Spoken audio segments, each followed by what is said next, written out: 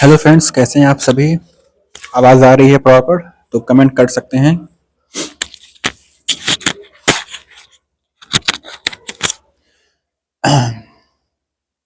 तो ये हमारी जो है नेक्स्ट जो है वीडियो यूट्यूब पर जो है पोस्ट होने जा रही है। ठीक है, तो अगर आप सभी लोग चैनल को सब्सक्राइब किए होंगे तो आप सबको ये जो है दूसरी वीडियो जो है हमारी वो मिल जाएगी। तो शुरू करते हैं अपने आज के नए सेशन को। और आज का जो हमारा जो टॉपिक जो मैंने लाया है वो एनसीईआरटी को लाया है। ठीक है, क्योंकि बिगिनर्स जो होते हैं वो तैयारी करने का जो पहला स्टेज है यूपीएससी का वो एनसीईआरटी बेस होता है। आप चाहो एनसीईआरटी पढ़ सकते हो, एनआईएस की बुक पढ़ सकते हो। ठीक, इस तरीके से किताबें होती हैं, बेस्ट बुक्स मानी जाती हैं। तो एनसीईआरटी जो होती है एक फाउंडेशन बेस जो है बुक मानी जाती है। और आप लोगों ने चीज़ देखा होगा कि जितने भी बिगिनर्स हैं वो एनसीईआरटी से ही अपनी तैयारी को जो है वो आरंभ करते हैं। ये आप लोगों ने कई सारे ऐसे टॉपर्स के जो है आप लोगों ने सुने होंगे, वीडियो देखे होंगे उनको। ठीक है, तो सबका कहना यही है कि उन्होंने जब अपनी तैयारी की तो एनसीईआरटी को बेस बना कर की थी। ठीक है, तो NCERT is the most important for UPSC journey. ठीक है, तो एनसीईआरटी क्या है, कैसे पढ़ा जाए, ठीक है, क्या इसके नोट्स बनाए जाएं कि न बनाए जाएं, और ये किस प्रकार से ये हेल्पफुल हो सकता है, और इसको किस तरीके से पढ़ा जाए। ठीक है, पढ़ने को तो बहुत कुछ पढ़ा जा सकता है, लेकिन ये होता है ना कि पढ़ने का एक स्टाइल होना चाहिए, एक मेथड होना चाहिए। ठीक है, क्योंकि NCERT school books, text book उसको हम लोग कहते हैं। जब हम लोग अपने स्कूल में थे तो हम सब उस टाइम पे एनसीईआरटी पढ़ते थे, क्लास 6 से 12 तक की। ठीक है, तो हम लोग वो पढ़ते थे। अब हम लोग यूपीएससी की तैयारी कर रहे हैं, हम लोग दोबारा से उस चीज़ को जो है रिपीट करने जा रहे हैं। तो हमें उसमें से कुछ ऐसे पॉइंट्स निकालने हैं जो हमारे सिलेबस, यूपीएससी के जो सिलेबस है इसके अकॉर्डिंग हो। बहुत जल्द मैं वीडियो यूपीएससी सिलेबस के बारे में भी बहुत जल्द मैं वीडियो लाऊंगा। तो जो बच्चे अभी बिगिनर हैं उनके लिए syllabus the most important. Syllabus को यूपीएससी का गेटवे कहा जाता है। ठीक है, गेटवे फॉर यूपीएससी सिलेबस। ठीक, तो अगर सिलेबस नहीं पता होगा तो आप लोग ये समझ नहीं पाएंगे कि मुझे किताबों में क्या पढ़ना है। किताबें तो कई सारी हैं, लेकिन इसमें पढ़ना क्या है, क्योंकि सारी चीज़ें तो पढ़ के एग्ज़ाम नहीं दिया जा सकता ना। आप लोग कई सारी चीज़ें पढ़ भी नहीं सकते हैं, और ये पॉसिबल भी नहीं है एक मनुष्य के लिए कि सब चीज़ें पढ़ ले, सब चीज़ें उसको याद भी हो जाए। ठीक है, तो क्या पढ़ना है, क्या छोड़ना है, जिससे आपका एक समय जो है वो बच सके, सेव हो सके, इसको हम लोग समझते हैं। तो आज का जो टॉपिक है वो एनसीईआरटी को बेस करके मैंने लाया है। तो बहुत ध्यान से आपको आज के वीडियो को जो है देखना है। सबसे पहले मेरी एक गुजारिश है कि आप चैनल पर अगर नए हैं तो चैनल को आप सब्सक्राइब कर सकते हो, उसको लाइक कर सकते हो, और कोई भी अगर आपका कोई भी डाउट है या आप चाहते हो कि इस टॉपिक पर वीडियो लाई जाए तो आप कमेंट कर सकते हो। ठीक है, या आप मेरे मोबाइल नंबर पे भी आप जो है व्हाट्सएप पर आप कमेंट कर सकते हो, मैसेज कर सकते हो। मेरा मोबाइल नंबर जो है व्हाट्सएप का वो है 8840353238। तो आप इस पर भी अपना अ, दे सकते हो, लिख सकते हो। ठीक है, तो हम स्टार्ट करते हैं। एनसीईआरटी देखिए, एनसीईआरटी जो होती है टेक्स्ट बुक्स होती है। ठीक है, बच्चों की स्कूलिंग बुक्स होती है। तो देखिए एनसीईआरटी को अगर हम बेस बनाते हैं तो एनसीईआरटी जो है उसमें हम लोग क्या देखते हैं कि मेरे पास कुछ एनसीईआरटी है, मैं आप लोग को दिखाना चाहूँगा। यहाँ पर आप लोग जो है 1 सेकंड के लिए आप लोग वेट कीजिए।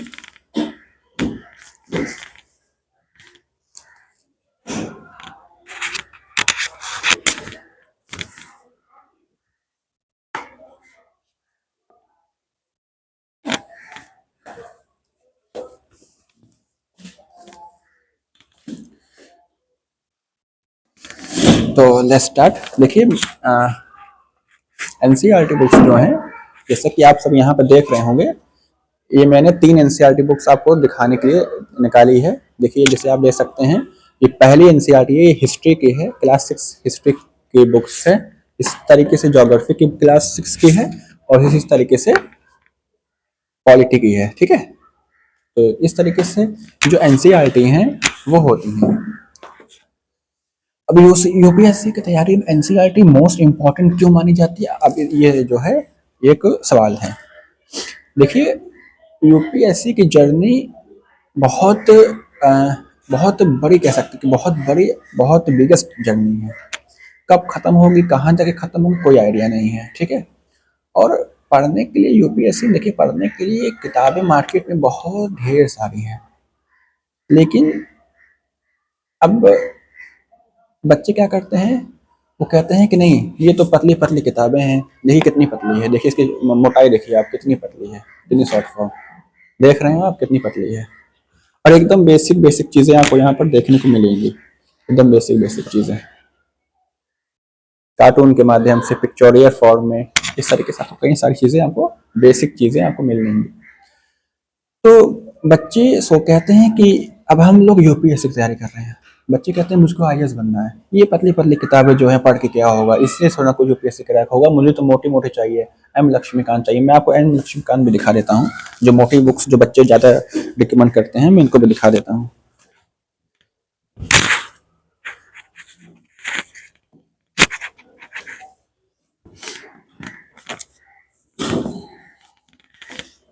ठीक है फ्रेंड्स, तो देखिए ये है एम लक्ष्मीकांत, ठीक है, ये है एम लक्ष्मीकांत। आप इसकी मोटाई देखिए जरा सा, देखिए देख पा रहे हैं, देखिए, और देखिए किस तरीके से इसमें लिखे हुए हैं, ठीक है, किस तरीके से इसमें लिखे हुए हैं, किस तरीके से आप देख सकते हैं यहाँ पर, देखिए। अब आप सोचते हो, और इसी तरीके से एम लक्ष्मीकांत मैंने दिखाया है, डीडी बसु जी की किताब है कॉन्स्टिट्यूशनल, ठीक है, भारत का संविधान है डीडी बसु साहब का, इसके उसको भी आप देख लीजिए, इसकी जो है देख लीजिए कितनी इसकी मोटाई है, क्या है, और इसमें किस तरीके से चीजें कहीं गई, किस तरीके से इसमें चीजें लिखी हैं, क्या आपको कुछ समझ में आ रहा है, कुछ भी बता दीजिए, कुछ भी समझ में आ रहा है, नहीं आ रहा होगा, जब बिगिनर्स है उनके लिए तो बिल्कुल नहीं आ रहा होगा, ठीक है। तो यहीं से हम लोग अपनी आज की जर्नी को स्टार्ट करते हैं। देखिए जिस तरीके से मैं आपको एग्जांपल देके मैं आपको समझाता हूँ, आपको समझ में आएगा आसानी से। जिस तरीके से हम लोग किसी घर को हम लोग जो है बनाते हैं, कि कोई बिल्डिंग कोई फ्लैट बनता है, तो सबसे पहले फ्लैट नहीं बन जाता, उससे पहले वहाँ पर क्या होता है, नींव पड़ती है। नींव क्यों जरूरी है, नींव इस वजह जरूरी है ताकि जो घर जो बन रहे हैं, जो बड़े बड़े जो प्लॉट, बड़े बड़े जो बिल्डिंगे, बड़ी बड़ी जो इमारतें बन रही हैं, वो सालों साल वहाँ टिकी रहें, कभी भी कोई भूकंप किसी झटके से या किसी भी ऐसे कोई भी ऐसे प्राकृतिक कोई आपदाओं से वो गिरे ना, उनको वो पकड़े रहती हैं, वो मजबूत रहते हैं, वो थमे रहते हैं। तो उनको थामने का काम कौन करता है, उसकी नींव करती है। क्यों, क्योंकि जितनी गहरी और जितनी मजबूत उसकी नींव होगी, वो बिल्डिंग उतने सालों साल वहां पर जो है टिकी होती है, ठीक है, यहाँ तक बात क्लियर है ना। उसी तरीके से यूपीएससी एक बहुत लंबी जर्नी है, ठीक है, और इसमें पढ़ने को बहुत कुछ है, लेकिन पढ़ा तब जाएगा ना कि जब यहाँ पर वो समझ में आएगा। अब यहाँ पर समझाने के लिए जो होती है ये बुक्स होती हैं ये जो बुक्स आप लोग देख रहे हो, ये छोटे छोटे जो कार्टून फॉर्म में, ठीक है, पिक्चोरियल फॉर्म में यहाँ पे लिखे हुए हैं, ये होते हैं। इनको पढ़ने से फायदा क्या है, देखिए ये आपकी नींव, जिस तरीके से एक घर एक बड़े इमारत को बनाने के लिए नींव पड़ती है, उस तरीके से आपको अपना फाउंडेशन बनाने के लिए, ठीक है, आप अपना फाउंडेशन बनाने के लिए, ठीक है, आप अपनी बुद्धि, अपनी समझ को विकसित करने के लिए, बढ़ाने के लिए जो होती है, इन किताबों का सहारा लेते हो। जब आप इसको पढ़ लेते हो तो आपको बेसिक नॉलेज आपको हो जाती है, ठीक है। जैसे कृषि कानून लाए जा रहे हैं, तो कृषि कानून जो है वो क्या है, उनका बेनिफिट क्या है, वो क्यों लाए जा रहे हैं, ये कहाँ पास होते हैं, ठीक है, या संसद में कोई भी बिल आता है तो कैसे पास होता है, क्या कैसे चीज़ें होती हैं, ठीक है, पॉलिटिकल पार्टीज क्या होती हैं, ये कॉन्स्टिट्यूशनल में कहाँ इसके बारे में कहाँ जो है जिक्र किया गया है, ठीक है, तो इसके बारे में भी, ठीक है। तो इस तरीके से हम लोग इसमें जानते हैं कि ये क्या कैसे और क्यों इम्पोर्टेंट है, ठीक है। यहाँ तक बात क्लियर है, यानी कि ये बुक्स आपको फाउंडेशन तैयार करती हैं कि आपको एक बेसिक नॉलेज हो जाएगी। जैसे ही आप इसको पढ़ते हो, आप इसके टेक्स्ट लगाते हो, सुनिए, एनसीईआरटी को पढ़ने का एक बेस्ट मेथड है, एनसीईआरटी को पढ़ने का जो बेस्ट मेथड है वो ये है, जैसे ये देखिए, मैं आपको यहाँ पे एक चीज दिखा देता हूँ।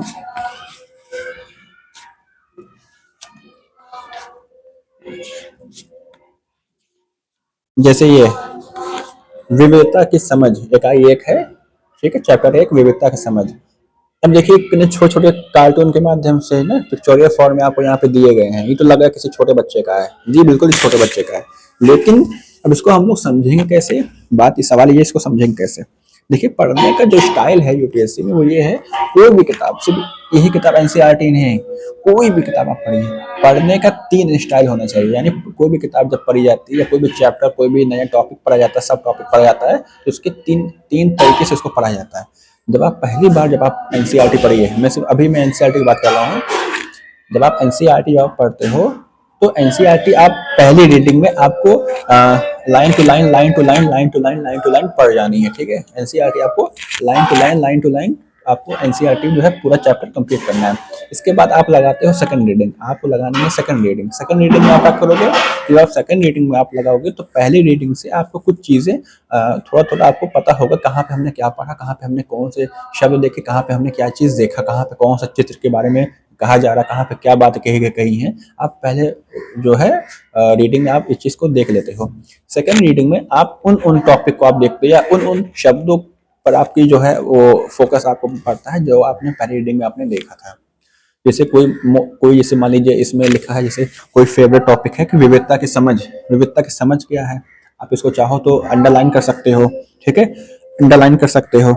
इसके बाद जो है इसमें जैसे कि इसमें आगे बहुत कुछ इसमें कहा गया, समझाया गया है, ठीक है। और यहाँ पर जो है दो बच्चों की कहानी दो बच्चों कहानी यहाँ पे बताई जा रही है कि इंग्लिश बोलते हैं, हम हिंदी बोलते हैं, ठीक है, कि किस प्रकार से ये डाइवर्सिटी हो रही है, किस प्रकार से ये भिन्न है, इसके बारे में बताई जा रही है।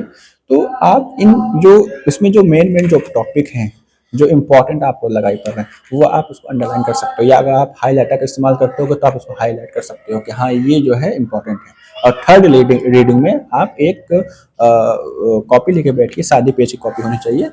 सादी पेज की जो कॉपी आती है वो जो है कुछ इस प्रकार से होनी चाहिए। आप इस प्रकार से कॉपी का इस्तेमाल हो सके तो बिल्कुल ना करें, आप उसको जो है इस तरीके से हॉरिजॉन्टल कर दें।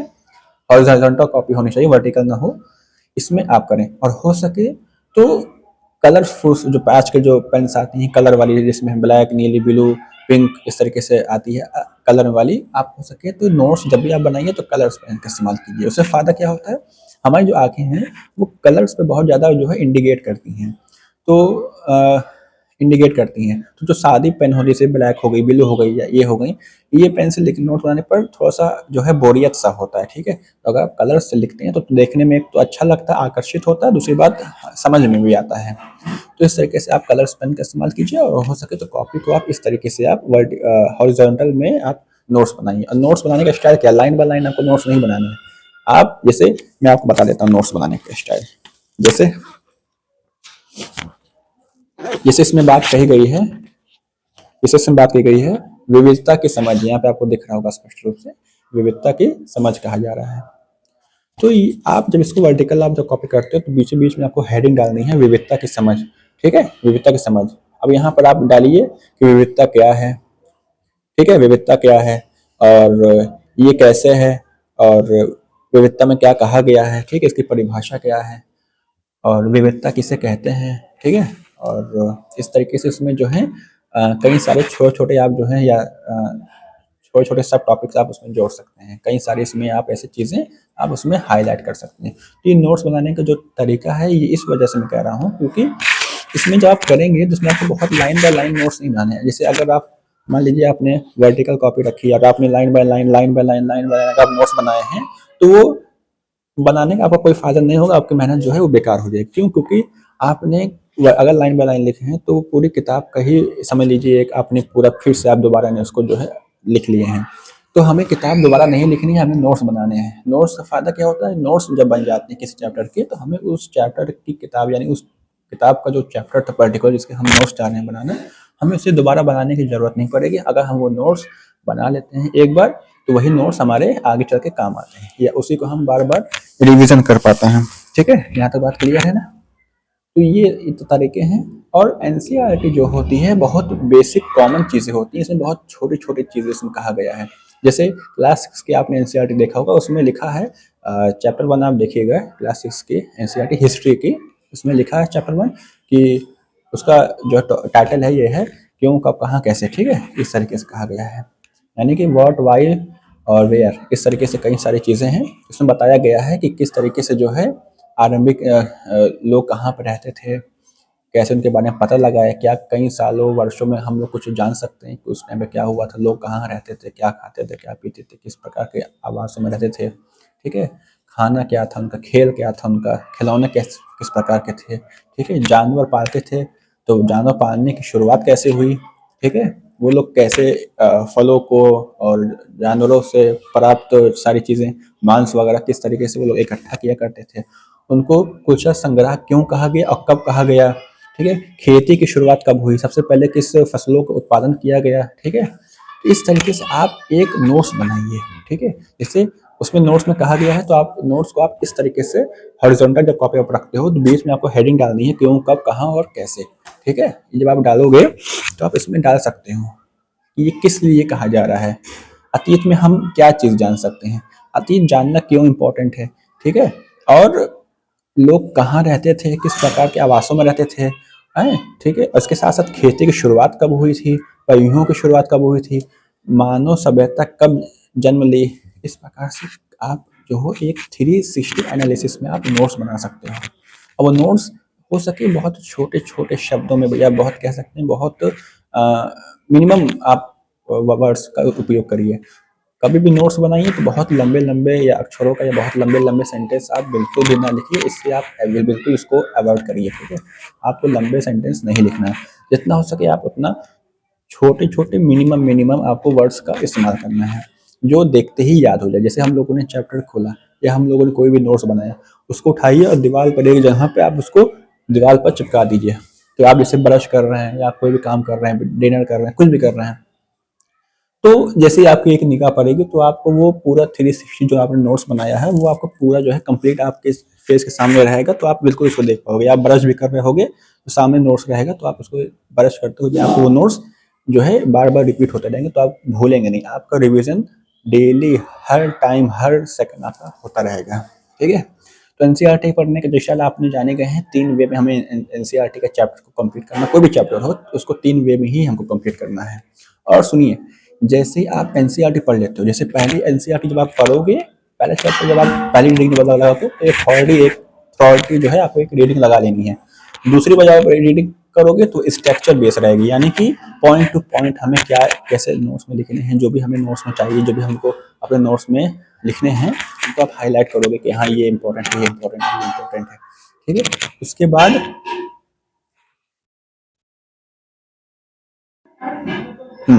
उसके बाद जो है हमें जो है थॉरली जो है थर्ड रीडिंग लगानी है, और थर्ड रीडिंग में हमें उन्हीं पॉइंट्स को देखना है जो पॉइंट्स हमने हाईलाइट किए हैं, उन्हीं पॉइंट्स को हमें अपने जो है कॉपी में लिखना है, ठीक है। तो इस प्रकार से हमारा एक चैप्टर पूरे तरीके से निचोड़ करके उसका हमने एक समरी तैयार कर ली है, और उसी समरी को हमें अपने नोट्स को लिखने हैं, ठीक है।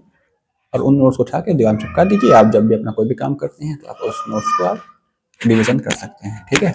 यहाँ तक बात क्लियर है।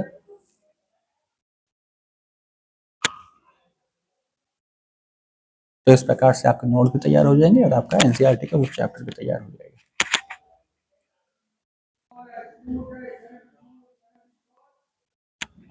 तो आई बात यहाँ समझ में। तो इस तरीके से आप कर सकते हैं। और जब भी आप कोई भी चैप्टर कंप्लीट करिए, जब भी आप कोई भी चैप्टर कंप्लीट करिए तो हो सके तो आप यहाँ पे आप एक चीज़ नोटिस करे होंगे, जैसे आप कोई भी चैप्टर पढ़ते होंगे तो चैप्टर के एंड में, यानी जहाँ पे भी चैप्टर खत्म होता है तो उसी के एंड में जो है यहाँ पर एक अभ्यास पुस्तिका लिखी होती है, यानी एक अभ्यास लिखा होता है ना, यहाँ पर देख सकते हैं, यहाँ पे लिखा नहीं है अभ्यास।